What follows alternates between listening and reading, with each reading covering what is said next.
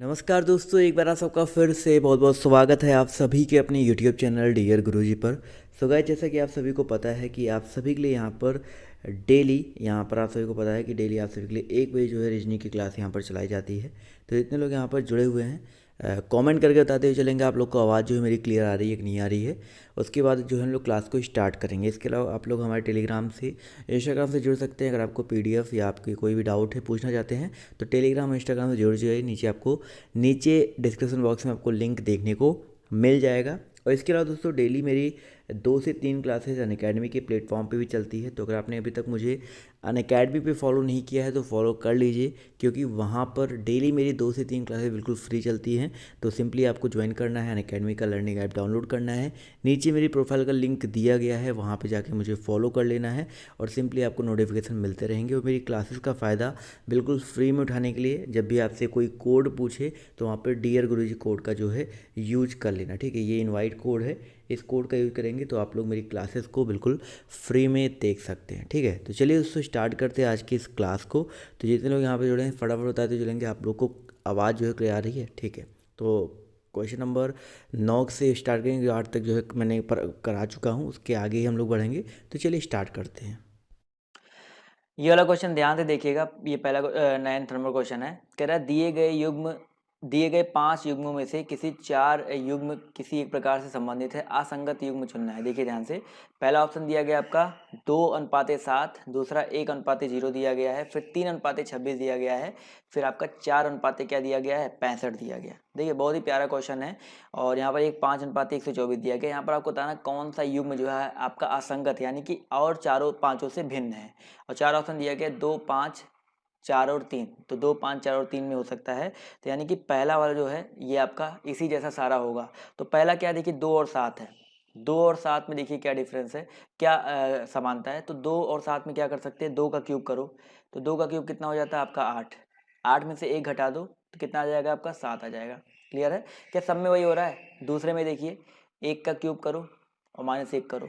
तो 1 का क्यूब कितना होता है सर, 1, और 1 में से 1 घटा दो कितना आ गया 0। तो ये भी देखो फॉलो कर रहा है। तीसरा देखो सर, 3 का क्यूब करिए। 3 का क्यूब -1 कर दीजिए। तो 3 त्रिका 27 में से 1 गया कितना हो जाएगा आपका 26 हो जाएगा। तो ये भी आपका फॉलो कर रहा है। और ये वाला देखिए 4 का क्यूब। तो 4 का क्यूब -1 करो तो 4 चौका 16, चौका 64 में से 1 गया कितना आ जाएगा आपका 65 हो जाएगा। इसी तरह ये वाला देखिए 5 का क्यूब -1 करो। तो 5 का क्यूब -1 करेंगे तो 50, 25, 125 में से गया कितना हो जाएगा 124 हो जाएगा। तो क्लियर है। तो यहाँ पर देखा जाए तो सॉरी 4 का क्यूब -1, यहाँ पर एक चीज़ ध्यान दीजिएगा, 4 का क्यूब -1 बराबर क्या होता है सर आपका 164 में से 1 घटाओ तो 63 आना चाहिए, जबकि यहाँ पर 65 आ रहा है। तो ये वाला ऑप्शन जो है आपका इन दोनों से क्या हो जाएगा, भिन्न हो जाएगा। तो यहाँ पर कौन सा ऑप्शन, ऑप्शन नंबर जो इसका 4th है, ये आपका क्या हो जाएगा, डिफरेंट हो जाएगा। क्लियर है। चलिए आई होप क्लियर हो गया होगा। चलिए ओके। सो इस क्वेश्चन को ध्यान से देखिए। ये सारे क्वेश्चन जो आज मैं करवाने वाला हूँ यहाँ पर, ये आपके जो UPSSC जूनियर असिस्टेंट का एग्जाम है, और ये समझ लीजिए उनके प्रीवियस ईयर के क्वेश्चन है। और यहाँ से क्वेश्चन बहुत सारे अभी तक पूछे गए हैं, इसी टाइप के क्वेश्चन पूछे गए हैं। और आपके एग्जाम में भी आगे इसी तरह के क्वेश्चन पूछे जाने वाले हैं। 24 दिसंबर एग्जाम है, उसके हिसाब से आपको तैयारी करनी है। और 10-15 सेकंड का आपको हर क्वेश्चन में टाइम दिया जाएगा। तो कॉपी पेन लेकर साथ में बैठिएगा, जिससे आप लोग उस क्वेश्चन को बाद में भी सॉल्व कर सको। ध्यान से देखो इस क्वेश्चन को क्या कह रहा है। ये जो प्रश्न चिन्ह है इसके स्थान पर आने वाली संख्या को चुनना है। ये जो क्वेश्चन मार्क है इसके स्थान पर आने वाली संख्या को चुनना है। आपको इतना टाइम मिल गया होगा, आपने देख लिया होगा। वीडियो को पॉज भी कर सकते हैं, जिससे आप लोग फिर से भी लगा करके आंसर दे सकते हैं। देखिए 6 है, 10 है, 18 है, 13 है, 19 है, 5 है, 78 है, 190, फिर आपका क्या है क्वेश्चन मार्क है। तो इस क्वेश्चन मार्क के प्लेस पर बताइए क्या आ सकता है। ध्यान से देखिए, 6 और 13 गुणा करो, बहुत सिंपल है। 6 और 13 गुणा करो कितना आ गया आपका 78 आ गया। 10 और 19 से गुणा करो कितना आ जाएगा आपका 190 आ जाएगा। इसी तरह 18 और 5 का गुणा करने में कितना आएगा 90 आएगा। आसान था कि नहीं आसान था। तो ऑप्शन नंबर जो इसका डी है वो यहाँ पर क्या हो जाएगा, बिल्कुल करेक्ट हो जाएगा। क्लियर है। आई होप ये क्वेश्चन आपको समझ में आ गया होगा। समझ में आता है अगर आपको वीडियो समझ में आता है, अगर आपको क्वेश्चन, तो आप लोग लाइक करते हुए चलिएगा। इसके अलावा अगर आप अनअकैडमी प्लस पर जुड़ना चाहते हैं तो जुड़ सकते हैं, वहाँ पर रोज क्लासेस चल रही हैं। अगला क्वेश्चन देखिए आपसे यहाँ पर क्या कह रहा है कि एक जलपोत में सेना के कुल 1000 व्यक्ति यात्रा कर रहे हैं, जिनमें कुछ जवान और कुछ कप्तान हैं। प्रत्येक 24 जवानों पर एक कप्तान नियुक्त है। बताइए इस समूह में कुल कितने कप्तान हैं। बहुत ही प्यारा क्वेश्चन है। कोशिश कीजिए पहले लगाने का। नहीं आता है फिर मैं आपको बताता हूँ। भाई एक जलपोत में सेना के कुल कितने व्यक्ति हैं? 1000 व्यक्ति हैं। तो कुल व्यक्ति कितने दिया गया आपका? 1000। सिंपल सा क्वेश्चन अभी आपको समझ में आ जाएगा। कुल व्यक्ति कितने दिए गए सर आपके? 1000 दिए गए हैं। ये चीज़ समझ में आ रहा है ना? कुल व्यक्ति आपके 1000 दिए गए हैं। इसके अलावा जिनमें कुछ जवान और कुछ कप्तान हैं और प्रत्येक 24 जवानों पर एक कप्तान नियुक्त है, यानी कि हर 24 जवान पर एक कप्तान नियुक्त है। तो हम मान लेते हैं कि कप्तानों की संख्या कितनी मान लें हम लोग? कप्तानों की संख्या मान लेते हैं यक्स। अगर कप्तान यक्स होंगे तो जवान कितने होंगे बताइए? क्योंकि प्रत्येक 24 जवान पर एक कप्तान है, तो 24 गुणे एक्स हो जाएगा ना। कुल जवानों की संख्या कितनी हो जाएगी? 24 एक्स हो जाएगी। सिंपल है ना? तो बताओ कुल कप्तान और जवान मिलाकर कुल कितने व्यक्ति हो जाएंगे? यक्स प्लस 24 यक्स, और ये मिलकर कितना आ जाएगा सर आपका? 1000 दिया गया है, बराबर कितना हो जाएगा सर आपका? 1000 हो जाएगा। अब 24 एक्स और एक्स मिलकर कितना हो जाएगा आपका? 25 एक्स, बराबर कितना आपका? 1000 है। तो 1000 है तो एक्स का मान निकालिए, 25 चौका कितना हो जाएगा आपका? 100। तो एक्स का मान कितना आ जाएगा सर आपका? 40 आ जाएगा। यानी कि हम लोग कह सकते हैं कुल कितने कप्तान हैं? कप्तानों की संख्या एक्स मानी तो एक्स का मान 40 आ गया है। तो कुल कितने कप्तान हैं सर आपके? 40 कप्तान थे। तो यहाँ पर ऑप्शन नंबर जो इसका बी है वो क्या हो जाएगा? करेक्ट हो जाएगा। बताइए क्या ये क्वेश्चन में कोई भी डाउट है? किसी को डाउट होगा तो रिपीट करके जरूर देखिएगा वीडियो को, जिससे आपको समझ में आता रहे। क्लियर है? चलिए आते हैं अगले क्वेश्चन पर। तो अगला क्वेश्चन देखिए आपसे यहाँ पर क्या कह रहा है कि यदि किसी सांकेतिक भाषा में बैंड को, देखिए बैंड को EDQJ इसके रूप में लिखा जाता है, और GIRD को JLUG के रूप में लिखा जाता है, और लव को उसी भाषा में कैसे लिखा जाएगा? समझिए क्वेश्चन को क्या कह रहा है। बैंड, कोशिश करिए पहले आप लोग लाने की, उसके बाद यहाँ पर सॉल्यूशन देखा करिए। आंसर भी देते हुए चलेंगे तो ज़्यादा अच्छा रहेगा। बैंड है, बैंड को EDQG, थोड़ा टाइम मिल रहा है आपको, फटाफट लगाइए। जी हाँ, यहाँ पर जवाब देखिए काफ़ी लोग के आ रहे हैं। जी हाँ, थोड़ा शोर हो रहा है बाहर, उसके लिए माफ़ी चाहूँगा। अब क्या कर सकते हैं, जानवरों को तो हम रोक नहीं सकते हैं। चलिए, बैंड को EDQG के रूप में लिखा जा रहा है ना, तो देखिए ध्यान से, बैंड है BAND, बैंड को देखो BAND, यही तो है ना। कोड सबको पता है ना क्या होता है? इसका कोड 2 होता है, इसका कोड 1 होता है। N का कोड कितना होता है सर? 14 होता है। इसके अलावा D का कोड कितना होता है सर आपका? 4 होता है। और E का कोड देखो, EDQG, देखिए आसान है सर। E का कोड कितना होता है सर आपका? 5 होता है। इसका कोड कितना होता है? D का 4 होता है। Q का कोड कितना होता है? 17 होता है। G का कोड कितना होता है? 7 होता है। यानी कि इसमें भी +3, इसमें भी +3, इसमें भी +3, इसमें भी +3, सब में +3 ही तो किया गया है। तो वही सेम चीज़ हम लोग देखिए ग्रिड में और JLUG में भी निकाल के देखिएगा। देखो G का कोड 7, J का कोड 10, 7 और 3 10 का, 3 का डिफरेंस है ना। I का कोड 9, L का कोड कितना होता है? 12, यानी कि 3 का डिफरेंस। R का कोड 18, U का कोड 21, यहाँ भी 3 का डिफरेंस। और D का कोड 4 और G का कोड 7, तो यहाँ भी 3 का डिफरेंस। सब में +3 किया गया है। तो वही चीज़ दोस्तों हम लोग लव में भी कर देंगे, LOVE। तो लव में अगर हम लोग करेंगे तो L+3 करो, कितना आ जाएगा? L+3 करने पे JKL, L+3 यानी 12 15, यानी कि O आ जाएगा। O+3 15 3 18, यानी कि R आ जाएगा। इसके अलावा V+3, तो आपका V का मतलब होता है V+3, V का मतलब होता है आपका 22 ही तो होता है ना सर। 22 कितना हो जाएगा? 25, यानी कि आपका Y हो जाएगा। और उसके बाद E+3, E का मतलब क्या होता है दोस्तों आपका? E का मतलब आपका होता है 5 3 8, यानी कि आपका H हो जाएगा। तो बताइए ORYH कौन से ऑप्शन में आ रहा है? सिर्फ ऑप्शन नंबर सी में आ रहा है, देखने को मिल रहा है। तो यहाँ पर ऑप्शन नंबर जो इसका सी है वो यहाँ पर क्या हो जाएगा? बिल्कुल करेक्ट हो जाएगा। समझ में आ गया ना दोस्तों? आई होप ये क्वेश्चन आपको समझ में आ गया होगा, बहुत ज़्यादा टफ क्वेश्चन नहीं था। तो बढ़ते हैं अगले क्वेश्चन की तरफ। तो अगला क्वेश्चन देखिए आपके सामने ये रहा, बहुत ही प्यारा क्वेश्चन है। देखिए क्या कह रहा है कि एक टोकरी आम से भरी जा रही है। टोकरी में आमों की संख्या प्रत्येक मिनट में क्या हो जाती है आपकी? दोगुनी हो जाती है। टोकरी में आमों की संख्या प्रत्येक मिनट में दोगुनी हो जाती है। यदि टोकरी आधे घंटे में पूरी भर जाती है तो वह टोकरी आधी कब भरी होगी? देखिए बहुत ही अच्छा क्वेश्चन है, देखते हैं यहाँ पर कितने लोग सही जवाब देते हैं इसका। लॉजिकल क्वेश्चन है और बिना सॉल्व किए आप इसको लगा सकते हैं, यानी कि आपको ज़्यादा कुछ इसमें करने की ज़रूरत भी नहीं है। चलिए ध्यान से समझिएगा, एक टोकरी जो है आम से भरी जा रही है, आम से भरी जा रही है ना, और टोकरी में आमों की संख्या प्रत्येक मिनट में क्या हो जाती है? दुगनी हो जाती है। यदि टोकरी आधे घंटे में पूरी भर जाती है तो वह टोकरी आधी कब भरी होगी? अब एक बात बताओ, एक मिनट में क्या हो जा रहा है? प्रत्येक मिनट में दुगनी भर जाती है।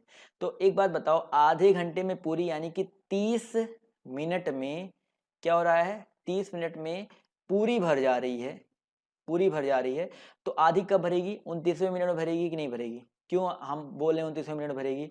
29वें मिनट में आधी क्यों भरेगी? क्योंकि हमें पता है कि हर 1 मिनट में दुगनी हो जा रही है, दोगुनी हो जा रही है ना। अगर 1 मिनट में आपका दोगुनी हो जा रहा है तो बताइए सर, 29 मिनट में आधी है तो जैसे 1 मिनट आपका, जैसे 1 मिनट और आएगा तो आधी का क्या हो जाएगा? पूरा हो जाएगा ना। 29 एक कितना हो जाएगा? 30। 30 मिनट देखिए यहाँ पर पूरा दिया गया है, तो यहाँ पर 29 मिनट यानी कि ऑप्शन नंबर जो इसका डी है वो यहाँ पर क्या हो जाएगा? बिल्कुल करेक्ट हो जाएगा। तो ऑप्शन डी पर दोस्तों हम लोग क्या कर देंगे?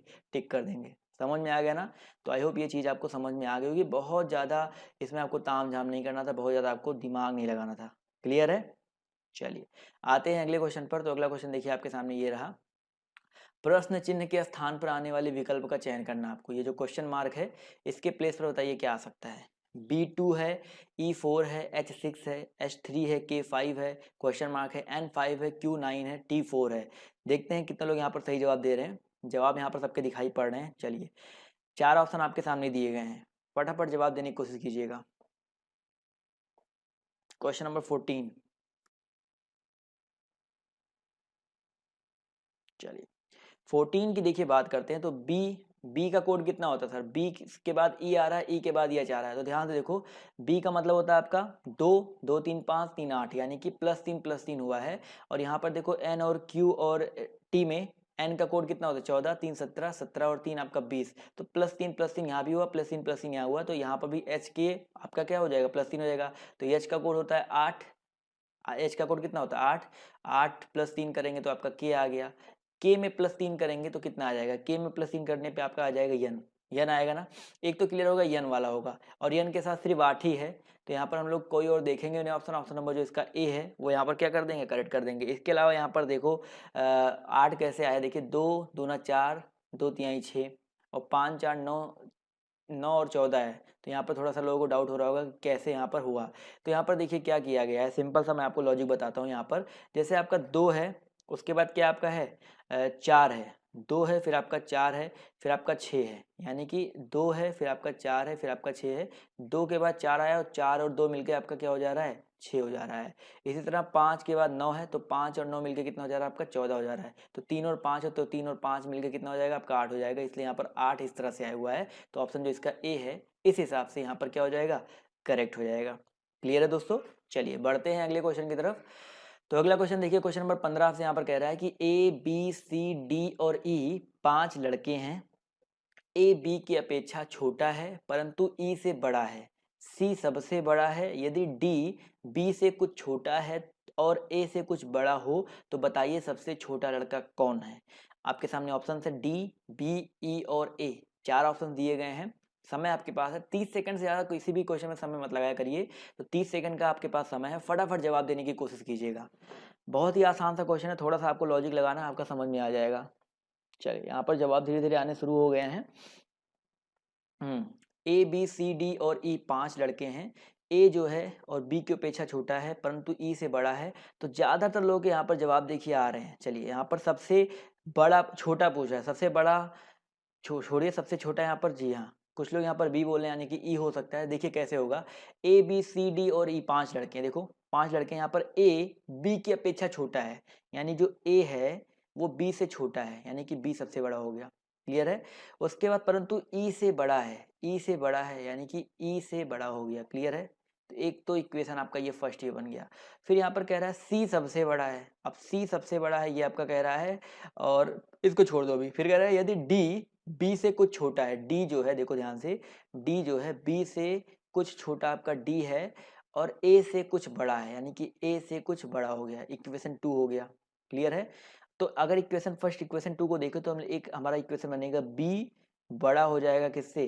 डी से, और डी से बड़ा, और डी से बड़ा हो जाएगा ए से, और ए से बड़ा हो जाएगा आपका ई हो जाएगा। और यहाँ पर एक लाइन लिखी थी सी सबसे बड़ा है, यानी कि इन सबसे बड़ा आपका क्या हो जाएगा? सी हो जाएगा। क्लियर है? तो यहाँ पर हमें पता चल गया सी सबसे बड़ा है, और सबसे छोटा लड़का कौन है? सबसे छोटा आपका लास्ट में ई आ रहा है ना, तो सबसे छोटा लड़का कौन हो जाएगा? आपका ई हो जाएगा। तो बताइए क्या इस क्वेश्चन में कुछ भी डाउट था? समझ में आ गया ना? समझ में आ रहा तो यस यस करते चलो और लाइक करते हुए चलो वीडियो को। क्लियर है? चलिए बहुत ही आसान सा क्वेश्चन था। अगला क्वेश्चन देखिए क्या कह रहा है कि भाई यदि माइनस का अर्थ है भाग, भाग का अर्थ है गुणा, सॉरी, प्लस का अर्थ है गुणा और भाग का अर्थ है घटाना और गुणे का अर्थ है जोड़। तो बताइए इसका मान क्या होगा। सिंपल सा क्वेश्चन आपका लिखा है 25 माइनस 5 प्लस 6 भागे 4 गुणा 6, ये तो लिखा गया है ना। तो इसका मतलब क्या हो जाएगा, देखिए सिंपल सा है, कुछ करना नहीं है, माइनस है प्लस है भाग है गुणा है और जवाब देखिए यहाँ पर आना शुरू हो गया है। तो कुछ नहीं है, देखिए माइनस का अर्थ क्या है आपका भाग है, तो यहाँ पर 25 भागे क्या हो जाएगा 5 हो जाएगा, और प्लस का अर्थ देखिए गुणा है, तो गुणे कितना हो जाएगा आपका 6 हो जाएगा, और भाग का अर्थ घटाओ है तो माइनस कितना हो जाएगा 4 हो जाएगा, और गुणे का अर्थ जोड़ है तो प्लस कितना हो जाएगा आपका 6 हो जाएगा। यही तो होगा ना। अब 25 माइनस 5 प्लस इतना लिखा गया है, तो 25 भागे 5 कितना हो जाएगा 5, 5 25 और गुणे 6 माइनस 4 प्लस कितना आपका 6 है, तो 5 छक्का कितना हो जाएगा आपका 30 माइनस 4 प्लस 6 है। अब 30 और 6 36, 36 में से 4 घटा दो कितना आ जाएगा आपका 32 ही तो आएगा ना। तो यहाँ पर जितने भी लोग जवाब दे रहे थे 32, ऑप्शन नंबर सी, वो लोग यहाँ पर बिल्कुल क्या हो जाएंगे, करेक्ट हो जाएंगे। तो बताइए सर 32 यहाँ पर करेक्ट हो गया ना, ऑप्शन सी यहाँ पर बिल्कुल करेक्ट हो जाएगा। बताइए समझ में आ गया ना दोस्तों। चलिए आई होप समझ में आ गया होगा। आते हैं अगले क्वेश्चन की तरफ। तो अगला क्वेश्चन देखिए आपके सामने ये रहा, उसी तरह का क्वेश्चन है, फटाफट आप लोग जवाब देने की कोशिश कीजिए कि भैया अगर गुणे का अर्थ भाग है, भाग का अर्थ जोड़ है, माइनस का अर्थ गुणा है और प्लस का अर्थ घटाव है, तो इसका मान निकालना है। चार ऑप्शन आपके सामने दिया है, 14 माइनस 6 भागे 18 और ये आपका गुणे 7 है, इन सब का गुणा 7 दिया गया है, तो 17 दिया गया, माफ कीजिएगा। तो आपको इसका मान निकालना है। चलिए पूरा ब्रैकेट लगा दिया है, इस चीज पर भी आप लोग ध्यान दीजिएगा, तब आपको क्वेश्चन को हल करना अच्छे से। चलिए जवाब देखिए यहाँ पर आना शुरू है, काफी फास्ट है यहाँ पर लड़के। तो देखिए 14 माइनस 6 है, यही तो है ना। तो 14 माइनस है ना, तो माइनस का मतलब क्या है, देखिए ध्यान से, माइनस का अर्थ है गुणा, तो 14 गुणे 6 हो जाएगा। भाग का मतलब क्या है सर आपका, भाग का अर्थ है जोड़, तो प्लस आपका हो जाएगा 18, और गुणे का मतलब क्या है आपका भाग है, यानी कि पूरे का भाग कितना हो जाएगा, क्योंकि ब्रेकेट लगा तो पूरे का भाग हो जाएगा। तो 14 छक्का 84, 84 और 18 कितना हो जाएगा सर आपका 102, 84 18 कितना होता है सर आपका 102 होता है, बटे कितना आपका 17 है, 17 गुणे से भाग दो, 17 छक्का कितना हो जाएगा 102, यानी कि आपका जो करेक्ट आंसर है कितना आ जाएगा 6 आ जाएगा। तो ऑप्शन नंबर जो इसका डी है वो यहाँ पर क्या हो जाएगा, बिल्कुल करेक्ट हो जाएगा। समझ में आ गया ना। ढेर सारे क्वेश्चन अभी करने हैं, तो जल्दी जल्दी जल्दी जल्दी लाइक करते हुए चलो, वीडियो को शेयर करते हुए चलो अपने सभी दोस्तों के साथ। क्लियर है। और अकेडमी प्लस पर आने के लिए बोलो, क्योंकि वहां पर मैं लगातार आपके लिए लाइव पढ़ा रहा हूँ। अगला क्वेश्चन ध्यान से देखिए क्या कह रहा है यहाँ पर, क्या कह रहा है सर कि निर्देश दिया गया है कि प्रश्न संख्या 18 से 20, इसके लिए निर्देश दिया गया है कि निम्नलिखित में से एक शब्द के 4 और शब्द दिए हैं और दिए गए शब्द के वर्णों के प्रयोग से उनमें कौन सा शब्द नहीं बनाया जा सकता है। आपके सामने 4 ऑप्शन है, ये तो बहुत आसान है, IMPERISHABLE से कौन सा नहीं बना सकता है। तो ये तो मैं बता देता हूँ, देखिए जैसे जवाब भी आना शुरू हो गया। पर्सन देखो PERSON, देखो PER बन सकता है, यस है, ओ कहाँ पर है, ओ कहीं पर है ही नहीं, तो पहला ही आपका नहीं बना सकता है। देखिए पर्सन शब्द ही नहीं बना सकते, तो बहुत आसान था। तो ऑप्शन नंबर जो इसका फर्स्ट है वो यहाँ पर क्या हो जाएगा, करेक्ट हो जाएगा, इसमें तो कुछ करना भी नहीं था। इसी तरह आपका 19वां देखो क्या कह रहा है, आपका ये पीई परपेंडिकुलरिटी दिया गया है, तो यहाँ पर क्या है भाई, टिपिकल, टिपिकल को ध्यान से देखो, TYPICAL, तो टी है, वाई है, इसके अलावा पी है, यहाँ पर आई है, सी है, ए है और आपका यल कहीं पर यल भी है, तो टिपिकल बन जाएगा। इसके अलावा यहाँ पर देखो डिक्शनरी, डिक्शनरी की बात करते हैं, देखो डिक्शनरी DIC हो गया, टी हो गया, IONARY लिखा है ना, तो आई तो है लेकिन ओ देखिए कहीं पर है, इस पूरे वर्ड में कहीं पर भी ओ है, ओ तो नहीं है ना। तो इसलिए हम लोग डिक्शनरी वाला जो है आपका शब्द है, ऑप्शन नंबर भी जो इसका बी है, वो हम लोग यहाँ पर नहीं बना सकते हैं। क्लियर है। तो यहाँ पर आराम से हम लोग कह सकते हैं डिक्शनरी शब्द आपका यहाँ पर नहीं बन सकता है। चलिए क्लियर है। तो बहुत आसान सा क्वेश्चन था। और इसी तरह एक क्वेश्चन और यहाँ पर दिया गया, इसको भी जल्दी से देख लेते हैं कि नेचुरलाइजेशन दिया गया है। तो यहाँ पर देखिए नेशन, NATION, नेशन आपका आराम से बन सकता है, NAT है, आई भी है और यहाँ पर TION तो आपका दिया गया, तो ये तो बन जाएगा। रूरल की बात करते हैं, देखिए ध्यान से, RURAL, देखो RURA, देखो R है, U है, RA है, देखो आर 2 बार नहीं दिया गया ना, यहाँ पर देखो 2 बार आर आया, लेकिन आर यहाँ पर 2 बार नहीं दिया गया, तो ऑप्शन नंबर जो इसका बी है वो यहाँ पर जो आपका नहीं बन सकता है। देखो कभी कभी क्वेश्चन को पढ़ लिया करो ना, यहाँ पर ऐसा कहीं नहीं लिखा है कि एक शब्द को 2 बार नहीं दोहराया जा सकता। कभी कभी क्वेश्चन में क्या क्या लिखा रहता है कि एक शब्द की आवृत्ति आप कितनी बार भी कर सकते हो, लेकिन यहाँ पर ऐसा नहीं है। तो अगर आर की आवृत्ति नहीं कर सकते कितनी बार, तो यहाँ पर रूलर आपका नहीं बन सकता है। तो ये तो आसान से क्वेश्चन होते हैं, फ्री के आपको नंबर दे करके जाते हैं, आपको कुछ करना भी नहीं होता है। अगला क्वेश्चन ध्यान से देखो, यहाँ पर क्या कह रहा है कि भाई इस प्रश्न में 4 संख्या युग्म दिए गए हैं जिनमें से कोई 3 किसी प्रकार समान है, अतः उनका एक समूह बनता है। उस संख्या युग्म को चुनिए जो समूह में नहीं आता है। ध्यान से देखो भाई, 96 का संबंध दिया गया किससे सर, 31 से, 51 का संबंध दिया गया आपका 16 से, 75 का संबंध दिया गया आपका 24 से, और 99 का संबंध दिया गया आपका 34 से। तो बताइए कौन सा नहीं बनेगा। बहुत ही आसान सा क्वेश्चन है, कोशिश करेंगे तो आपका आंसर आ जाएगा। कुछ इसमें करना नहीं है, कुछ भी नहीं करना है इसमें। देखिए पहले ऑप्शन देखो, जवाब देखिए आना शुरू हो गया है, कुछ लोग जवाब दे रहे हैं। पहला ऑप्शन देखो 96 31 है, 96 और आपका क्या है 31 है, तो यहाँ पर ये लास्ट वाला नंबर उठाओ 31, तो 31 गुणे 3 करो कितना हो जाएगा 93, और 93 में अगर हम लोग 3 जोड़ दे तो कितना आ जाएगा आपका 96 आ जाएगा। इसी तरह इसको उठाओ 51, तो 16 गुणे 3 करो तो 16 3 कितना होता है आपका 48, 48 में 3 जोड़ दो तो आपका आ जाएगा 51 आ जाएगा। इसको उठाओ सर 24 गुणे 3 करो कितना आता है 24 3 72, और 72 में 3 जोड़ दो कितना आ जाएगा आपका 75 आ जाएगा। तो यहाँ तक ये तीनों फॉलो कर रहे हैं, यानी कि आपका डी वाला नहीं होगा। क्यों नहीं कर रहे ये भी देख लो भाई, 34 गुणे 3 करो और प्लस कितना कर देना आपको 3 करना है, तो 34 3 है 102, 102 और 3 105 हो जाएगा। लेकिन यहाँ पर कितना दिया गया 99 दिया गया है, इसलिए आपका जो डी वाला ऑप्शन है आपका नहीं होगा। सिंपल सा था ना सर, तो ऑप्शन नंबर जो इसका डी है यहाँ पर क्या हो जाएगा करेक्ट हो जाएगा। क्लियर है दोस्तों, तो ऑप्शन डी पर टिक कर देंगे। बताइए कोई डाउट है इस क्वेश्चन में, डाउट हो तो बता दो, फिर से रिपीट कर दूंगा, अदरवाइज मैं तो फिर अगले क्वेश्चन बढ़ जाऊंगा। बहुत आसान सा था।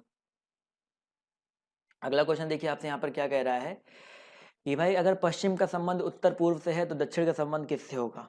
डायरेक्शन अगर आपको अच्छे से आता है तो इस क्वेश्चन को तो आप डेफिनेटली बिल्कुल करेक्ट करके आओगे। कुछ नहीं करना है इस क्वेश्चन में, कुछ भी नहीं करना है, नहीं कुछ भी तो करना ही पड़ेगा, लेकिन वो ज़्यादा दिमाग नहीं लगाना, आप ये समझ सकते हो। जवाब देखिए यहाँ पर आना शुरू हो गया, तो काफ़ी सही जवाब आ रहा है। तो देखिए ये आपका ईस्ट होता है, ये आपका वेस्ट होता है, ईस्ट वेस्ट, और ये ऊपर वाला आपका नॉर्थ होता है, ये आपका क्या होता है साउथ होता है। ये तो होता है ना sir east west north and south, यही तो है ना सर आपका। तो हमें पता है कि यहाँ पर कह रहा है कि पश्चिम को उत्तर पूर्व कहा गया है। गफ्फार खान जी यहाँ पर ज्वाइन कर चुके हैं, तो भाई वेलकम। चलिए, तो यहाँ पर ये आपको पता है कि पश्चिम का संबंध किससे है सर आपका उत्तर पूर्व से है। तो पश्चिम आपका यही तो है ना वेस्ट, वेस्ट का संबंध किससे दिया गया उत्तर पूर्व से दिया गया। उत्तर पूर्व का मतलब क्या होता है देखो, उत्तर पूर्व यानी कि इससे दिया गया है, यानी कि देखो ध्यान से ये आपका घड़ी की दिशा में 135 डिग्री घूम गया है, यही तो है ना। तो हमसे जो पूछा जाए दक्षिण, तो दक्षिण भी आपका 135 घूम जाएगा, तो दक्षिण आपका ये है ना, तो दक्षिण को 135 घुमा तो आपका ये 90 और 35 जोड़ घूम करके इधर ही तो आएगा। तो यहाँ पर नॉर्थ और वेस्ट हो जाएगा, क्या हो जाएगा सर आपका नॉर्थ वेस्ट, यानी कि आपका दक्षिण पश्चिम। तो ऑप्शन नंबर जो इसका सी है वो यहाँ पर क्या हो जाएगा करेक्ट हो जाएगा।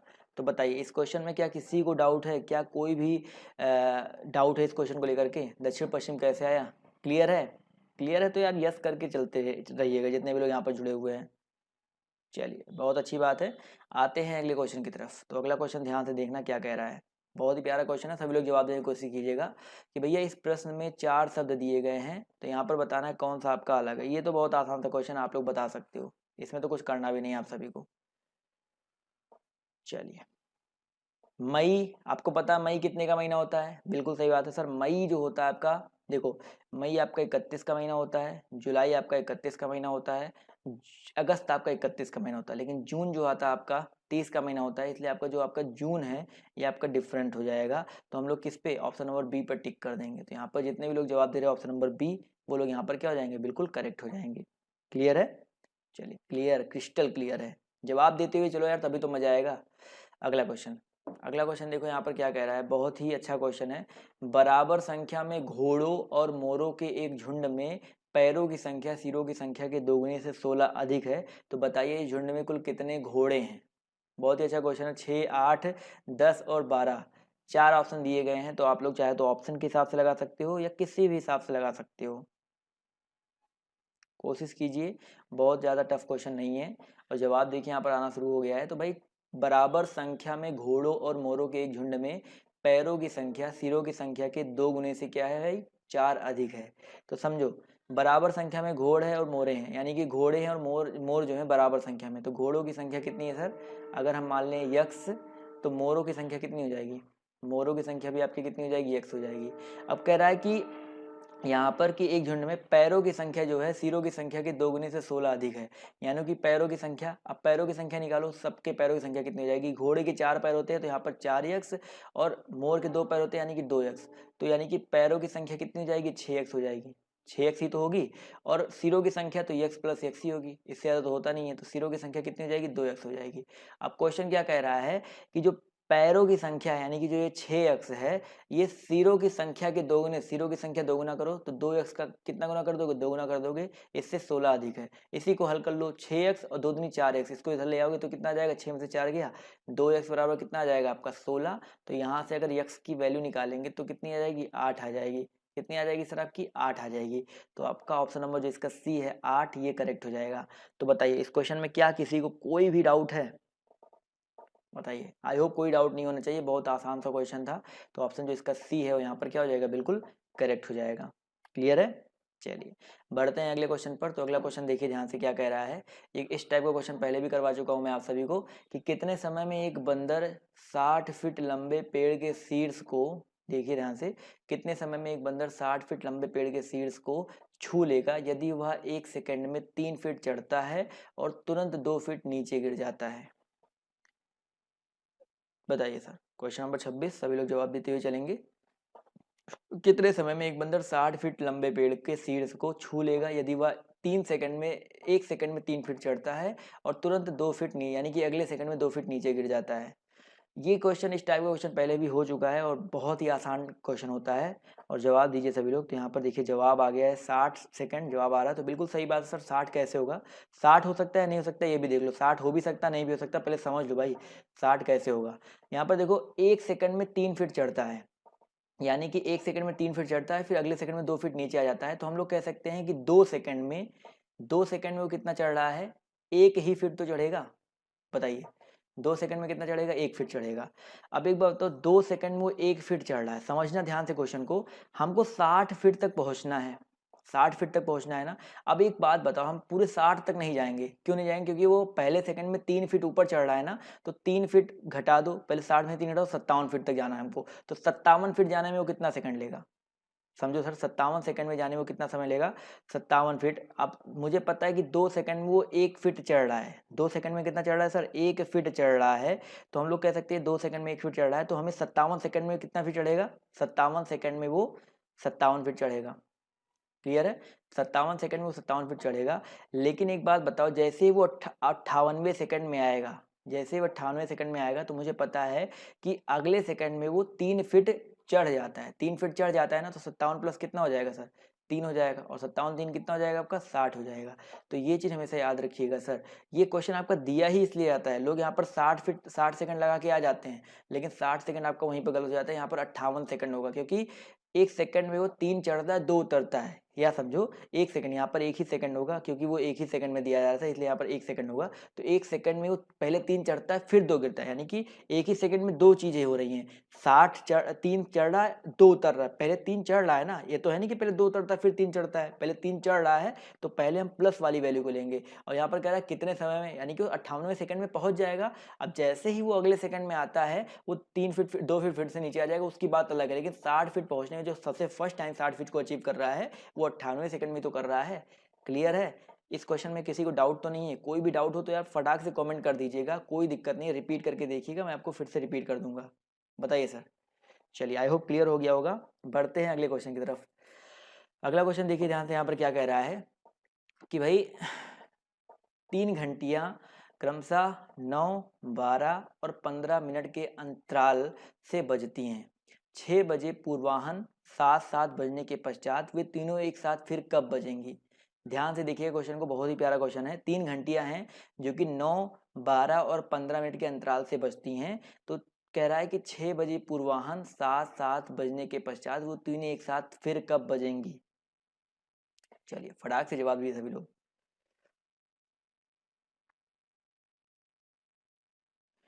जवाब दीजिए, यहाँ पर आना शुरू हो गया है। बहुत ही आसान सा क्वेश्चन, देखो कुछ नहीं करना होता इस क्वेश्चन में। पहले तो जितने मिनट के अंतराल पे वो बचती हैं उनका हम लोग निकाल लेते हैं क्या, एलसीएम। तो 9, 12 और 15 का एलसीएम निकाल लो सर, कितना आ जाएगा देखिए।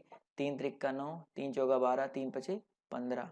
और आगे तो कटेगा नहीं, 3 से कट जाएगा, लेकिन सारे की सारी आपकी एक दूसरे से कटने वाली संख्या है नहीं। तो 3 त्रिक 9, 9 चौका 36, 36 और पंचे 180, यानी कि 180 मिनट आ जाएगा। यही तो आ जाएगा ना। 180 मिनट का मतलब होता है कितना, 3 घंटा होता है। कितना होता है सर आपका, 3 घंटा होता है। यानी कि अगर वो 6 बजे बजी हैं तो अगली बार कब बजेंगे, 3 घंटे बाद बजेंगे। यानी कि 6 में 3 जोड़ दो, कितना आ जाएगा, 9 बजे। तो अगली बार वो कब बजेंगे दोस्तों, आपकी 9 बजे एक साथ बजेंगे। तो यहाँ पर देखिए कितना आसान सा क्वेश्चन था। तो ऑप्शन नंबर जिसका ए है वो यहाँ पर क्या हो जाएगा, बिल्कुल करेक्ट हो जाएगा। क्लियर है, चलिए आई होप क्लियर हो गया होगा। अगला क्वेश्चन देखिए ध्यान से, यहाँ पर क्या कह रहा है। अगला क्वेश्चन आपका कह रहा है कि एक व्यक्ति प्रातः सूर्य की ओर मुख करके सड़क पर चलना शुरू करता है। 3 किलोमीटर बाद चलने के बाद वह अपनी बाईं ओर मुड़ करके चलता है। फिर 3 किलोमीटर चलने के बाद वह अपनी दाईं ओर मुड़कर चलता है। अब वह किस दिशा की ओर चल रहा है। समझिएगा इस क्वेश्चन में क्या कह रहा है। मैंने आपको पहले बताया, पहले आप लोग आंसर देने की कोशिश किया करिए, आंसर दोगे तो ज़्यादा अच्छा लगेगा। चलिए तो यहाँ पर देखिए क्वेश्चन क्या कह रहा है कि एक व्यक्ति ने प्रातः सूर्य की ओर मुख करके सड़क पर चलना शुरू किया है। 3 किलोमीटर चलने के बाद वह अपनी बाईं ओर मुड़ करके चलता है। फिर 3 किलोमीटर चलने के बाद अपनी दाईं ओर मुड़कर चलता है। वो अपनी किस दिशा की ओर चल रहा है। तो समझो भाई, दिशा में आपको क्या होता है, आपको पता होना चाहिए। ये आपका ईस्ट होता है एंड दिस इज वेस्ट, और ये आपका क्या होता है, नॉर्थ होता है, एंड इसका ना साउथ, ये साउथ होता है। कह रहा सूर्य की ओर। अब देखो सूर्य का मतलब क्या है, पूर्व, पूरब की ओर तो सूर्य चलता है ना, सूर्य निकलता है ना। तो प्रातः है तो सूर्य की ओर मुख करके चल रहा है। तो चलो ठीक है, ये बंदा इधर चलना स्टार्ट कर दिया सूर्य की ओर। उसके बाद 3 किलोमीटर चलने के बाद बाईं ओर मुड़ जाता है। 3 किलोमीटर चलने के बाद बाईं ओर मुड़ने का मतलब क्या है, नीचे आएगा तो दायां हो जाएगा, ऊपर जाएगा तो बायां हो जाएगा। और चलने के बाद 3 किलोमीटर चलने के बाद दाईं बाईं ओर मुड़ जाता है। फिर 3 किलोमीटर चलने के बाद दाईं ओर, यानी कि फिर से 3 चला और फिर कितना चलता है, फिर दाईं ओर मुड़ जाता है। अब इधर जा रहा है तो दायां आपका क्या हो जाएगा, ये हो जाएगा। तो ये हो गया। तो फिर कह रहा है कि अब वह किस दिशा की ओर चल रहा है। तो बताइए ये कौन सी दिशा है। आराम से बता सकते हैं, बिल्कुल सही बात है। ये फिर से आपकी यही ईस्ट वाली दिशा आ जाएगी, यानी कि पूर्व वाली दिशा आ जाएगी। तो फिर से वो कौन सी दिशा में चल रहा है, ऑप्शन नंबर जो इसका सी है वो यहाँ पर करेक्ट हो जाएगा, पूर्व दिशा की ओर चल रहा है। तो बताइए क्वेश्चन समझ में आ गया ना। दिशा वाला क्वेश्चन तो आपके लिए बहुत आसान होता है, कुछ करना भी नहीं होता है। क्लियर है क्वेश्चन। फटाक से जितने लोग यहाँ पर जुड़े हुए यार कमेंट करके बताते हुए चलो, समझ में आया नहीं समझ में आएगा। जी हाँ, सबको समझ में आ रहा तो अच्छी बात है। आते हैं अगले क्वेश्चन पर। तो अगला क्वेश्चन देखिए आपसे यहाँ पर क्या कह रहा है, ध्यान से देखिएगा कि भाई आशीष 10 दिन पहले मंदिर गया था। ये वह मंदिर केवल मंगलवार को जाता है। तो एक चीज क्लियर हो गया कि 10 दिन पहले मंगलवार था। आज सप्ताह का कौन सा दिन है। चलिए फटाक से जवाब दीजिए, बुधवार, शुक्रवार, सोमवार या रविवार, क्या हो सकता है। बहुत ही आसान सा क्वेश्चन है, सभी लोग जवाब देंगे तो अच्छा लगेगा। 10 दिन पहले मंदिर गया था, वह मंदिर केवल मंगलवार को जाता है। आज सप्ताह का बताइए कौन सा दिन होगा। चलिए ध्यान से देखिए इस क्वेश्चन में क्या हो सकता है। देखो 10 दिन पहले वो मंदिर गया था ना, तो इसका मतलब क्या है कि आज से 10 दिन पहले क्या था, मंगलवार था, ट्यूसडे था। तो 10 दिन, 10 में 7 दिन और इधर चले आओ, यानी कि आज से 3 दिन पहले, आज से 3 दिन पहले फिर से क्या होगा आपका, मंगलवार होगा। क्यों होगा मंगलवार, क्योंकि भैया हर 7 दिन बाद रिपीट होता है, वही सेम चीज रिपीट होता है। तो अगर 10 दिन पहले मंगलवार था तो 3 दिन पहले भी आपका मंगलवार रहा होगा। अगर 3 दिन पहले आपका मंगलवार था तो आज का कौन सा दिन होगा। तो मंगलवार में आप लोग 3 दिन ऐड कर दो। मंगलवार में 3 दिन ऐड करो भैया, बुधवार, शुक्रवार और शनिवार। तो यहाँ पर आराम से हम लोग बोल सकते हैं बुध, सॉरी मंगलवार में 3 दिन ऐड करना है ना। तो बुध बृहस्पति भूल गए ना, बुधवार, बृहस्पतिवार, शुक्रवार। तो यहाँ पर आंसर क्या हो जाएगा आपका, ऑप्शन नंबर बी, यानी कि शुक्रवार जो है यहाँ पर बिल्कुल करेक्ट हो जाएगा। क्लियर है दोस्तों, तो ऑप्शन बी यहाँ पर बिल्कुल करेक्ट हो जाएगा। तो बताइए कि क्या इस क्वेश्चन में किसी को डाउट है। डाउट है तो भैया यस और नो करके बताते हुए चलो ना। चलिए क्लियर है, आते हैं अगले क्वेश्चन पर। तो अगला क्वेश्चन ध्यान से देखिए यहाँ पर क्या कह रहा है कि निम्न श्रृंखला के विलुप्त पद का पता लगाएं। CDMN, EFOP, GHQR, question mark. बताइए क्वेश्चन मार्क जो है यहाँ पर क्या आ सकता है। जवाब दीजिए सभी लोग सर। CDMN है, EFOP है, GHQR है। 4 ऑप्शन आपके सामने दिए गए हैं और आप लोग जवाब देंगे तो ज़्यादा अच्छा लगेगा। देखिए सिंपल सा क्वेश्चन है भाई, सी है, CD, देखो CD, उसके बाद EF आ गया, सिंपल सा है। उसके बाद GH आ गया, तो GH के बाद क्या आ जाएगा, IJ आ जाएगा। और IJ देखिए सिर्फ यहीं पर स्टार्ट हो रहा है, तो ऑप्शन नंबर इसका जो फर्स्ट है करेक्ट हो जाएगा। इसके अलावा देख लो MNOP, QR, फिर आपका क्या आ जाएगा, ST आ जाएगा, तो IJST, यानी कि ऑप्शन नंबर जो इसका ए है IJST, यहाँ पर क्या हो जाएगा, बिल्कुल करेक्ट हो जाएगा। समझ में आ गया ना सर? तो ऑप्शन नंबर जो इसका फर्स्ट है वो यहाँ पर बिल्कुल करेक्ट हो जाएगा। क्लियर है? अगला क्वेश्चन देखो ध्यान से, क्या कह रहा है कि विलुप्त संख्या की पूर्ति करनी है। विलुप्त संख्या की पूर्ति करनी है यहाँ पर 10, 3, 6, 15, 8, 11, 15, 12, 9, 10, 15, 18, 16 और यहाँ पर क्वेश्चन मार्क। तो बताइए यहाँ पर क्या हो सकता है? बताइए सर, यहाँ पर इस क्वेश्चन मार्क के प्लेस पर क्या हो सकता है? जवाब दीजिए सभी लोग। बहुत ही आसान सा क्वेश्चन है। देखिए यहाँ पर करना क्या था, कुछ करना नहीं है, इन सबको जोड़ो सर। 10, 3 और 6 को जोड़ो, 10 और 3 और 6 को जोड़ो, कितना आ जाएगा, 10 + 3 + 6, जो बाहर बाहर इनको जोड़ा तो 10 3 13, 13 6 कितना आ गया, 19, और जो अंदर अंदर इनको जोड़ो, 15 8 11 को जोड़ो, 15 + 8 + 11, इनको जोड़ने पे कितना आ जाएगा, 15 8 11, और इनको सबको जोड़ो तो आपका आ जाएगा 8 5 13 14, यानी कि 34 आ जाएगा। और उन 34 में से 19 घटा दो, तो 34 में से 19 घटाएंगे तो कितना आएगा आपका, 15 आएगा। आएगा ना? वही सेम चीज़ यहाँ भी करना है सर। 9 10 और 12 को जोड़ो, 9 10 12 को जोड़ो सर, तो 9 + 10 + 12, इनको जोड़ने पे आपका कितना आ जाएगा सर, 31 आ जाएगा। देखो 9 2 11, 31 आ गया ना। अंदर वाले जोड़ो, 18 15 और 16, इनको अगर जोड़ेंगे तो आपका कितना आ जाएगा, 49 आ जाएगा। 49 में से 31 घटाइए सर, कितना आ जाएगा, 9 में से 1 गया 8, यानी कि 18 आ जाएगा। तो यहाँ पर जो करेक्ट आंसर आपका क्या हो जाएगा, ऑप्शन नंबर डी, यानी कि 18 जो है आपका बिल्कुल करेक्ट हो जाएगा। तो बताइए सर, समझ में आ गया क्वेश्चन? चलिए, बहुत अच्छी बात है। आते हैं अगले क्वेश्चन की ओर। तो अगला क्वेश्चन देखिए आपसे यहाँ पर क्या कह रहा है कि विलुप्त संख्या की पूर्ति करनी है आपको। 4 ऑप्शन आपके सामने दिए गए हैं, 225, 7, 121, 11, 149। बहुत ही आसान सा क्वेश्चन है, इसमें तो कुछ करना भी नहीं है। ध्यान से देखिए यहाँ पर क्या हो जाएगा, 11 के बाद 121 है ना, तो 11 का वर्ग करने पे कितना आता है, 121 आता है। क्लियर है? 7 का वर्ग करने पे कितना आता है आपका, 49 आता है। 7 का वर्ग कितना होता है आपका, 49 होता है। तो कितने का वर्ग 125 होता है, बताइए सर? कितने का वर्ग 125 होता है, 15 का। बिल्कुल सही बात है। तो यहाँ पर ऑप्शन नंबर जो इसका सी है, 15 का वर्ग जो होता है आपका 125 होता है। तो यहाँ पर ऑप्शन नंबर जो इसका सी है वो यहाँ पर क्या हो जाएगा, बिल्कुल करेक्ट हो जाएगा। समझ में आ गया दोस्तों? चलिए आते हैं अगले क्वेश्चन पर। तो अगला क्वेश्चन देखिए आपसे यहाँ पर क्या कह रहा है, यहाँ पर निर्देश दिया गया है, आपको बताना है कि निम्नलिखित में से कौन सी उत्तर आकृति प्रश्न आकृति के दर्पण प्रतिबिंब होगी यदि x y दर्पण की दिशा में रखा हो। देखो इसका दर्पण प्रतिबिंब बताना है, तो एक चीज पता है कि इसका दर्पण प्रतिबिंब, तो ये जो गोला है आपका क्या होगा, आगे ही होगा ना। जवाब सब लोग दीजिए, तो आगे होगा। तो आगे सिर्फ देखिए इसी में दिख रहा है ना, देखिए आगे तो है। अच्छा यहाँ पर ये एक्स वाई जो है इसकी दिशा में रखा है, तो समझो भाई इधर रखा है, इधर हमको देखना है। तो यहाँ पर हम लोग कह सकते हैं कि ऑप्शन नंबर जो इसका ए है यही करेक्ट होगा। क्यों करेक्ट होगा, क्योंकि सर ये सामने होना चाहिए, और सामने सिर्फ इसी ऑप्शन में है, और ये ऊपर है तो ऊपर ही होना चाहिए, और यहाँ पर नीचे दिया गया इसलिए ये नहीं होगा। तो ऑप्शन नंबर जो इसका ए है वो यहाँ पर क्या हो जाएगा, बिल्कुल करेक्ट हो जाएगा। समझ में आ गया दोस्तों? चलिए आई होप ये क्वेश्चन भी आपको समझ में आ गया होगा। चलिए आते हैं अगले क्वेश्चन की तरफ। तो अगला क्वेश्चन देखिए आपके सामने ये रहा। यहाँ पर आपको क्वेश्चन नंबर 34 में भी शायद आपको दर्पण प्रतिबिंब भी बताना है। ये आपका प्रश्न आकृति दी गई है, इसका दर्पण प्रतिबिंब बताना है। देखिए बहुत आसान सा है, दर्पण प्रतिबिंब इसका कैसे बनेगा, वही सेम चीज़ है भाई। आपको पता है ना कि इस दर्पण प्रतिबिंब में क्या होगा कि अगर ये त्रिभुज इस साइड में है तो आपका ये त्रिभुज हमेशा इस साइड में ही बनेगा। क्लियर है? इसी साइड में तो बनेगा। तो अगर ये इस साइड में बन रहा है तो देखो ध्यान से, यही तो है, ये है। तो यहाँ पर देखो ना तो इसमें है, ना तो इसमें है, ना तो इसमें, किसी में भी ऐसा है। तो यहाँ पर ऑप्शन नंबर जो इसका ए है वही तो करेक्ट होगा दोस्तों। ये तो बहुत आसान सा था। तो यहाँ पर 34 में करेक्ट आंसर आपका क्या हो जाएगा, ऑप्शन नंबर ए हो जाएगा, क्योंकि इसी में ऐसा बनना है और कुछ देखने की जरूरत ही नहीं है सर। क्लियर है? तो ऑप्शन ए पर टिक कर देंगे, बढ़ेंगे अगले क्वेश्चन की ओर। तो अगला क्वेश्चन देखो ध्यान से, यहाँ पर क्या कह रहा है कि भैया दो भाइयों की आयु के बीच का अंतर उतना ही है जितना कि उनके माता पिता की आयु का अंतर है। बड़े भाई की आयु 25 वर्ष है, छोटे भाई के जन्म के समय उनकी माँ की आयु कितनी वर्ष, 32 वर्ष थी। यदि पिता की आयु माँ की आयु से 5 वर्ष अधिक है तो माता की वर्तमान आयु बताइए क्या होगी। बताइए, आसान क्वेश्चन है, देखते हैं कितने लोग यहाँ पर लगा पाते हैं। पहले आप लोग जवाब देने की कोशिश किया करिए, उसके बाद मैं खुद आपको बताऊंगा। हर क्वेश्चन में आप लोग बहुत ज़्यादा 20 से 25 सेकंड 30 सेकंड लिया करिए। देखिए ध्यान से, इस क्वेश्चन में करना क्या है, कुछ करना नहीं है भाई। कह रहा है दो भाइयों की आयु के बीच का अंतर उतना ही है जितना कि उनके माता पिता की आयु का अंतर है। बड़े भाई की आयु कितनी है, 25 वर्ष है। तो बड़े भाई की एज कितनी दी गई है भाई? 25 वर्ष दी गई है। और छोटे भाई के जन्म के समय उसकी माँ की आयु कितनी थी? 32 वर्ष थी। यानी कि छोटे भाई का जब जन्म हुआ था उसकी माँ कितनी थी? 32 वर्ष थी।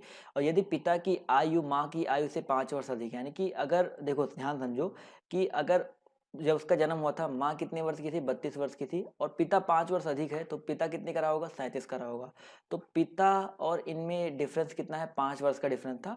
और दोनों भाइयों के बीच की आयु का अंतर उतना ही है जितना उनके माता पिता का है। अब एक बार बताओ, अगर बड़े भाई की आयु कितनी साल है? 25 साल है। तो छोटे भाई की एज कितनी होगी? 20 साल होगी। ये चीज क्लियर हो गया।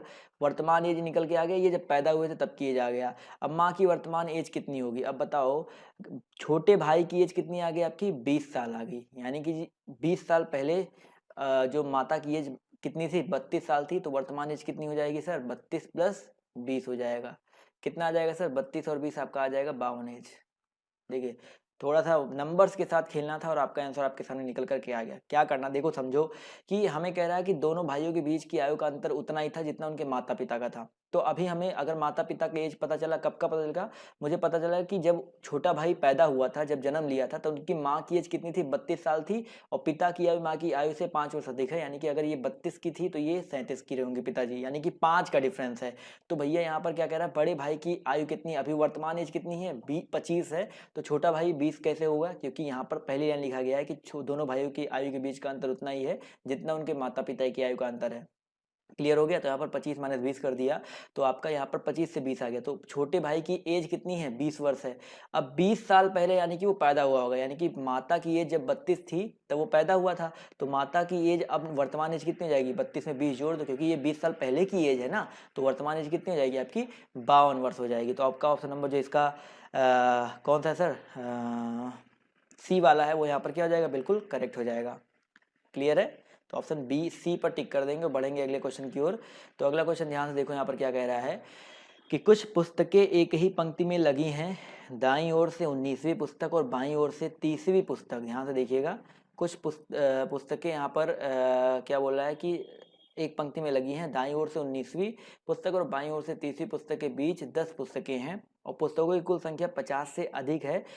तो पुस्तकों की कुल संख्या ज्ञात करनी है। सिंपल सा भाई फंडा है कि कुछ पुस्तकें एक पंक्ति में लगी हैं। दाईं ओर से 19वीं और बाईं ओर से 30वीं पुस्तक के बीच में देखो, दाईं ओर से इधर से 19वीं पुस्तक और इधर से 30वीं पुस्तक के बीच में, इधर इनके बीच में 10 पुस्तक है। क्लियर है? और पुस्तकों की कुल संख्या 50 से अधिक हो, तो पता 50 से अधिक ही होगा, तो कुल संख्या की निकालनी है। तो 19 पुस्तक ये हो गए, 30 पुस्तक हो गए, 10 पुस्तक ये हो गए। तो सिंपल सा क्वेश्चन है। अगर इसमें हम क्या कर देंगे, 19 प्लस 30 प्लस 10 कर दो, आपका आंसर आ जाएगा। कितना आ जाएगा? 19 30 40 10 50 9 59। तो ये तो बहुत ही आसान सा क्वेश्चन था। तो यहाँ पर ऑप्शन नंबर जो इसका ए है 59, वो यहाँ पर क्या हो जाएगा? बिल्कुल करेक्ट हो जाएगा। क्लियर है? आई होप क्लियर हो गया होगा। आते हैं अगले क्वेश्चन की ओर। तो अगला क्वेश्चन देखिए ध्यान से, यहाँ पर क्या कह रहा है कि 6 व्यक्तियों वाले एक परिवार की औसत आयु कितनी है? 25 वर्ष है। परिवार के 50 वर्ष की आयु के एक सदस्य के निधन के बाद परिवार की औसत आयु क्या होगी? देखो, 6 व्यक्तियों वाला एक परिवार है, उनकी औसत आयु कितनी है भैया? 25 वर्ष है। और परिवार के 50 वर्ष आयु वाले एक सदस्य के निधन के बाद परिवार की औसत आयु कितनी है? अब देखो, 6 व्यक्ति उस परिवार में, उनकी औसत आयु कितनी दी है? 25। यानी कि 6 व्यक्तियों की एज कितनी है? 6 व्यक्तियों की आयु का योग, 6 व्यक्तियों की आयु का योग अगर निकालेंगे तो हमें पता है, अगर औसत दिया गया है तो 6 व्यक्ति हैं, तो जितना औसत होता है उन्हीं से गुणा कर दो, तो जितने व्यक्ति होते हैं, तो 25 छक्का कितना हो जाएगा आपका? 150। क्लियर है? तो 6 व्यक्ति के जितनी भी एज है उनका योग कितना आ गया? 150 आ गया। और 50 वर्ष की आयु की एक व्यक्ति का निधन हो गया, यानी कि 150 में से एक 50 वर्ष वाला चला गया, तो अभी उनकी आयु कितनी बची? 100। अब लोग कितने बचे? 5। पहले 6 लोग थे ना, एक बेचारा निधन हो गया एक का, तो 5 बचे। तो कितना हो जाएगा इनके औसत? 5 से काट दो, 20 आ जाएगा। तो यहाँ पर ऑप्शन नंबर जो इसका बी है 20 वर्ष, वो यहाँ पर क्या हो जाएगा? बिल्कुल करेक्ट हो जाएगा। क्लियर है? चलिए, आई होप क्लियर होगा। आते हैं अगले क्वेश्चन की ओर। तो अगला क्वेश्चन देखिए आपके सामने ये रहा कि निम्नलिखित दी गई श्रृंखला में प्रश्नवाचक चिन्ह के स्थान पर क्या आएगा? बताइए सर। आसान सा क्वेश्चन है। 5 है, 14 है, 30 है और 55 है। तो यहाँ पर बताना है कि प्रश्नवाचक चिन्ह के स्थान पर क्या आएगा। देखिए, सिंपल सा क्वेश्चन है। 5, 14, 30, 55, तो क्वेश्चन मार्क लगा हुआ है। जवाब दीजिए सभी लोग। चल, तो यहाँ पर देखिए कुछ करना नहीं है। देखिए 5 है, फिर आपका 14 है। जवाब देखिए आना शुरू हो गया। तो इनके बीच का डिफरेंस देखो 9 डिफरेंस है, और 14 और 30 के डिफरेंस देखो आपका 16 का डिफरेंस है। 30 और 55 के बीच का डिफरेंस देखो आपका 25 का डिफरेंस है। अब डिफरेंस से आपको कुछ देखो, कुछ कॉमन चीज दिख रही है। 3 का वर्ग, 4 का वर्ग 16, 5 का वर्ग 25, यानी कि अगला जो आएगा 6 का वर्ग आएगा। और 6 का वर्ग कितना होता है सर? 36 होता है। तो 55 में कितना जोड़ देंगे दोस्तों हम लोग? 36 जोड़ देंगे तो कितना आ जाएगा? 91 ही तो आएगा। तो यहाँ पर ऑप्शन नंबर जो इसका सी है 91 क्या हो जाएगा आपका? बिल्कुल करेक्ट हो जाएगा। समझ में आ गया दोस्तों?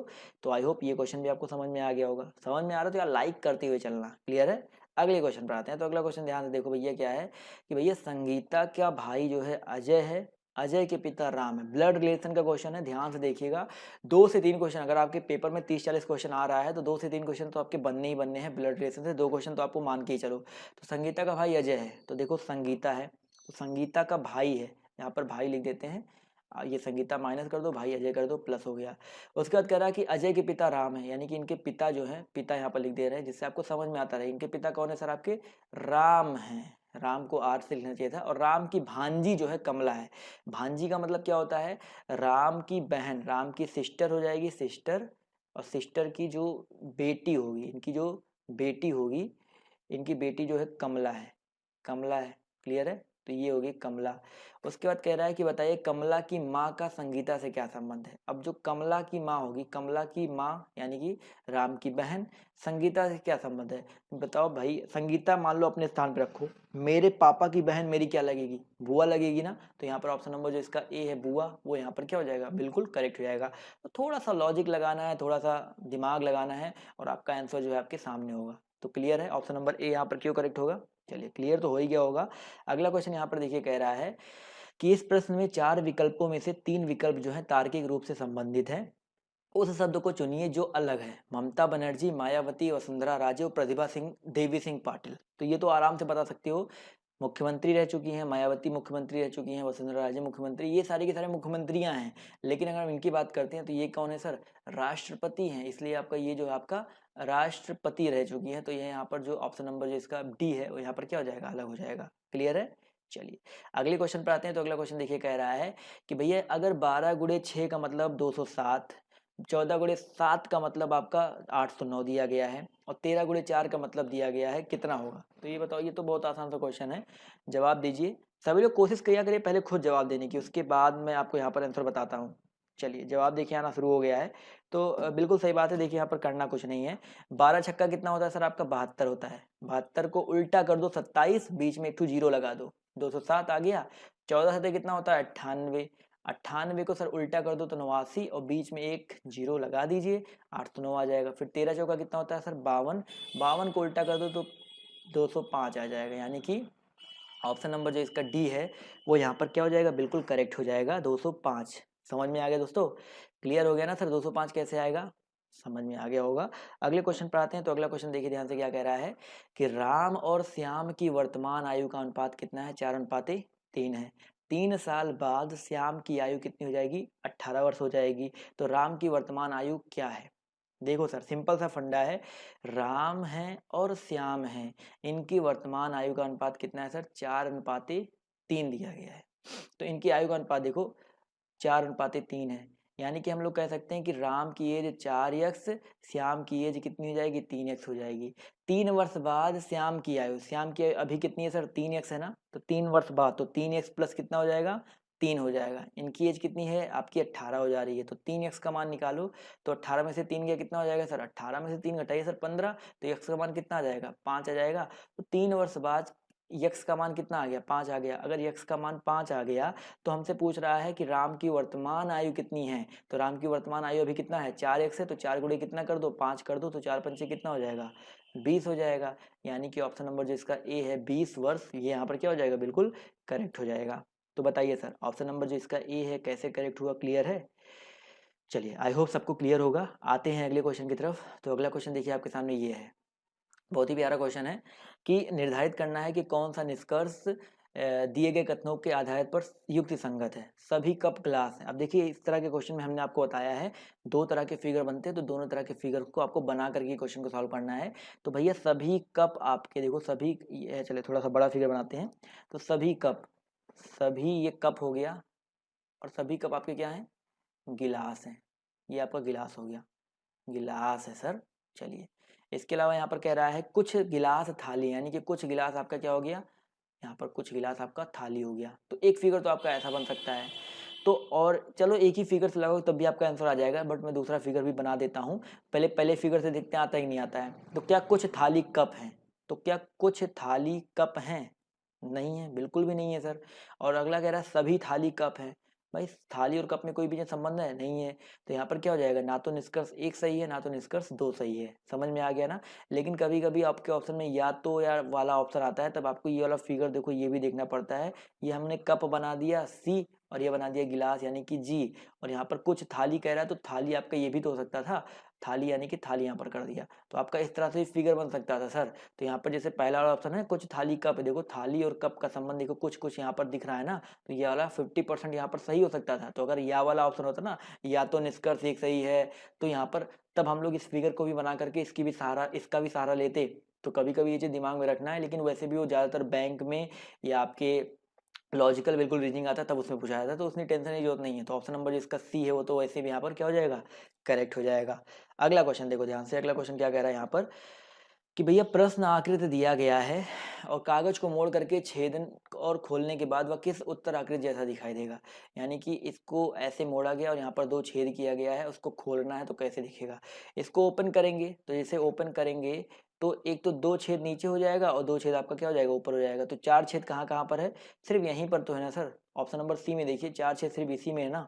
तो ऑप्शन सी आराम से हम लोग कह सकते हैं कि ऑप्शन जो इसका सी है वो यहाँ पर क्या हो जाएगा, करेक्ट हो जाएगा। क्योंकि भैया चार छेद तो यहीं पर दिख रहा है ना, आगे कुछ देखने की जरूरत ही नहीं है, बगल अगल तो बनेगा ही नहीं। तो ऑप्शन सी यहाँ पर बिल्कुल क्या हो जाएगा, करेक्ट हो जाएगा। अगला क्वेश्चन देखो क्या कह रहा है, ध्यान से देखिए कि भाई दी गई आकृति में कौन सा अक्षर नई काली गाड़ियों को दर्शाता है। देखो भाई, नई भी हो, काली भी हो, गाड़ी भी हो, तो नई भी हो और काली में भी आए और गाड़ी में भी आए, तो सिर्फ यही बीच वाला जो ऐसा भाग है, देखो ये वाला जो भाग है, ये देखो नई में भी आ रहा है, काली में भी आ रहा है, गाड़ी में भी आ रहा है। तो हम लोग सीधे सीधे ऑप्शन नंबर सी पर टिक कर देंगे, क्योंकि भाई ये नई भी है, काली भी है और गाड़ी भी है। समझ में आ गया ना। वेन डायग्राम तो आपके लिए बहुत आसान बना दिया मैंने, क्योंकि वेन डायग्राम के मैंने इतने आसान आसान से क्वेश्चन आपको आसानी से बता दिए जो आपके टफ लेवल क्वेश्चन थे। आई थिंक आप तो गलत नहीं करके आओगे। तो ऑप्शन जो इसका सी है वो यहाँ पर क्या हो जाएगा, करेक्ट हो जाएगा।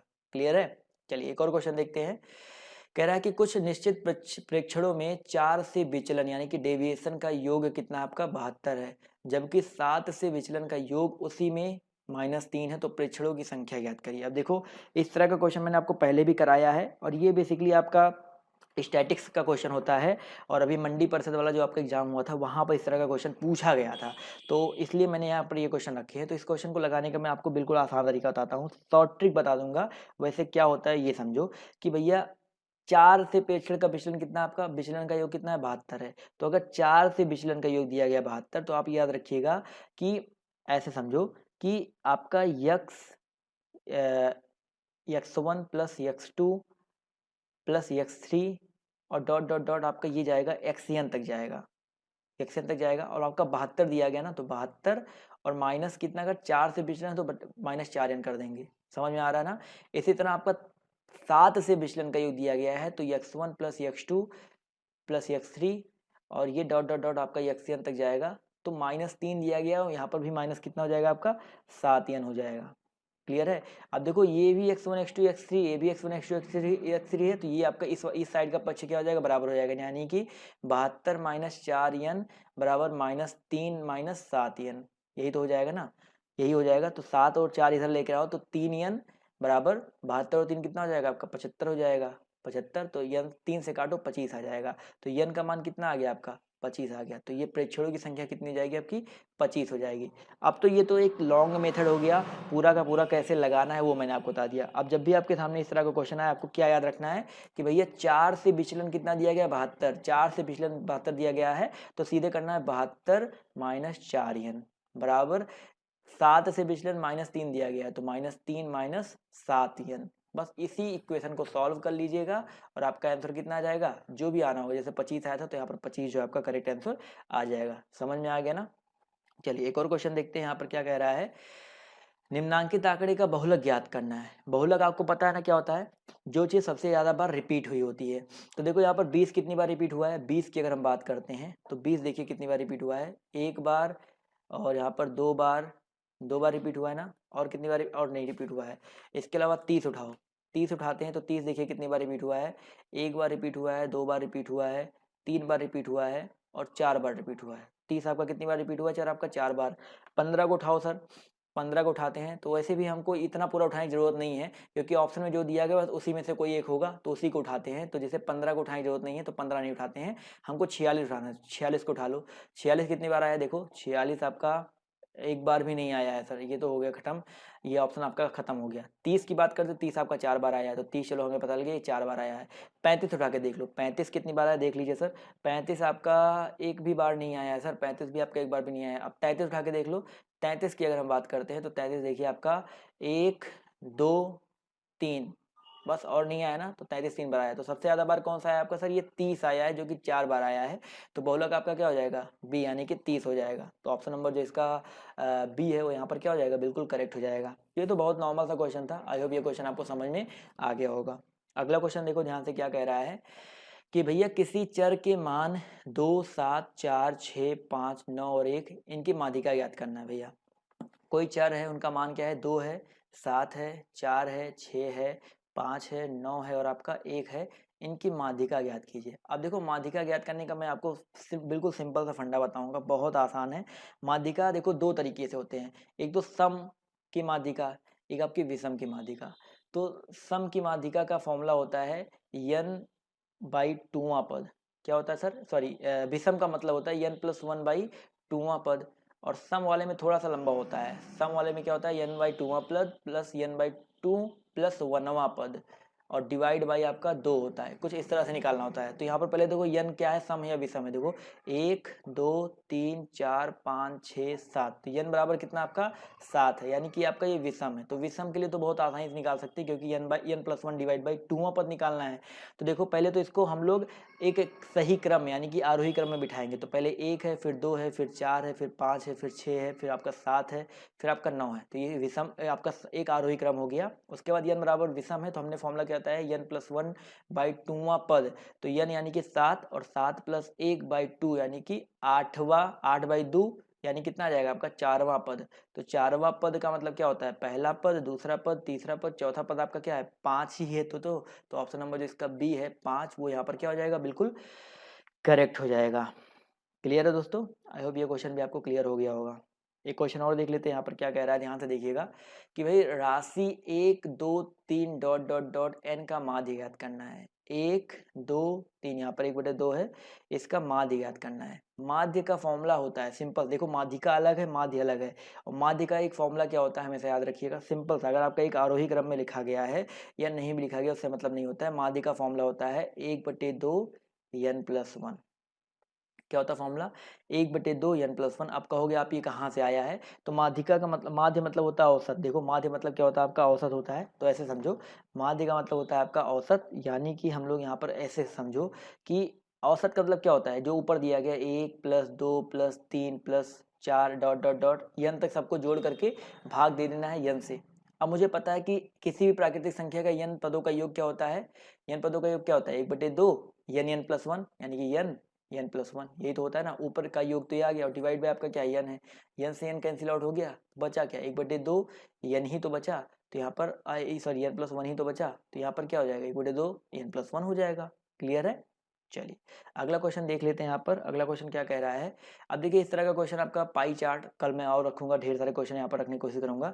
पाई चार्ट में क्या होता है देखो ध्यान से, निम्नांकित पाई चार्ट किसी परिवार के घरेलू बजट को दर्शाता है। अब देखो ये किसी परिवार का घरेलू बजट दर्शा रहा है, और हमेशा पाई चार्ट में याद रखिएगा कि ये जो 15 10 25 18 12 यहाँ पर ई का मान नहीं दिया गया है, तो ई का मतलब हो गया आपका, इन सबको जोड़ करके 100 से घटा दो तो ई का मान भी निकाल सकते हो। देखो इस क्वेश्चन में भले ई के बारे में नहीं पूछा गया हो, लेकिन मैं आपको निकाल के दिखा देता हूँ, क्योंकि आपके पेपर में अगर आपका कुछ क्वेश्चन इस तरह से आ गया, नहीं दिया है तो कैसे निकालोगे। तो इनको जोड़ो, 15 10 25 25 25 50 और 18 12 कितना होता है 30, तो 50 30 कितना हो गया 80। तो 80% तो आपका ये सारा आ गया, और 100 में से घटा दो, तो कितना आ जाएगा आपका 20%। तो ई का मतलब भी हमारा निकल करके आ गया कितना सर 20%। तो हमें सबकी वैल्यू पता चल गई। अब जो पूछ रहा आराम से निकाल सकते हो। ए भोजन का है, बी यातायात का है, सी वस्त्र का है, डी विविध खर्च का है, ई बचत का है, एफ आपका मकान किराए का है। अब यहाँ पर हमसे पूछा जा रहा है, देखो ई के बाद एफ आपका मकान किराया है। कह रहा है यदि परिवार की मासिक आय कितनी है 30,800 रुपये है। 30,800 रुपये ये परिवार की क्या है मासिक आय है। तो मकान किराए पर कितना खर्च होता है। मकान किराया देखो आपका क्या है यफ है ना। तो अगर मकान किराया आपका यफ है तो हम लोग कह सकते हैं यफ देखिए कहाँ है। यफ आपका ये है सर ई एफ। यफ आपका कितना है 15%। तो मकान किराया पे कितना खर्च हो रहा है 15%। यानी कि ये जो 30,800 है इसका हम लोग कितना परसेंट निकालेंगे सर 15% निकालेंगे। तो 15/100 जीरो जीरो कट गया, जीरो जीरो कट गया, कितना आ गया सर 15×8 120, 15×3 45 46। तो 46 तो कितना आ गया सर आपका 20 रुपये। यानी कि ऑप्शन नंबर जो इसका बी है वो यहाँ पर क्या हो जाएगा बिल्कुल करेक्ट हो जाएगा। समझ में आ गया ना दोस्तों। तो यहाँ पर ऑप्शन बी पर हम लोग टिक कर देंगे। तो ये रहे आज के कुछ 50 क्वेश्चंस और आई होप 1 घंटे में मैंने आपको 40 क्वेश्चंस के आसपास कवर करवाएं। और आपको आज के जो सारे क्वेश्चंस थे कैसे लगे आप लोग कमेंट करके बताइएगा। और अगला वीडियो में आपको क्या क्या टॉपिक चाहिए, टॉपिक तो मैं खुद लेकर के आऊँगा आपके लिए अच्छे अच्छे, वो तो रहेगा ही रहेगा। और इसी टाइम कल आप लोग को फिर से जो लाइव टेस्ट है वो करवाया जाएगा। और आप लोग बस इसी टाइम पे आ जाया करो, इसी टाइम पे आपको देखने को मिलता रहेगा। तो टाइम तो आपको दिख ही गया कौन सा किस टाइम पे आप आज का जो टेस्ट है चला है। तो इसी टाइम पे आप लोग पर डे आपको आना है। आपको इसी तरह की क्लासेस देखने को मिलती रहेंगी।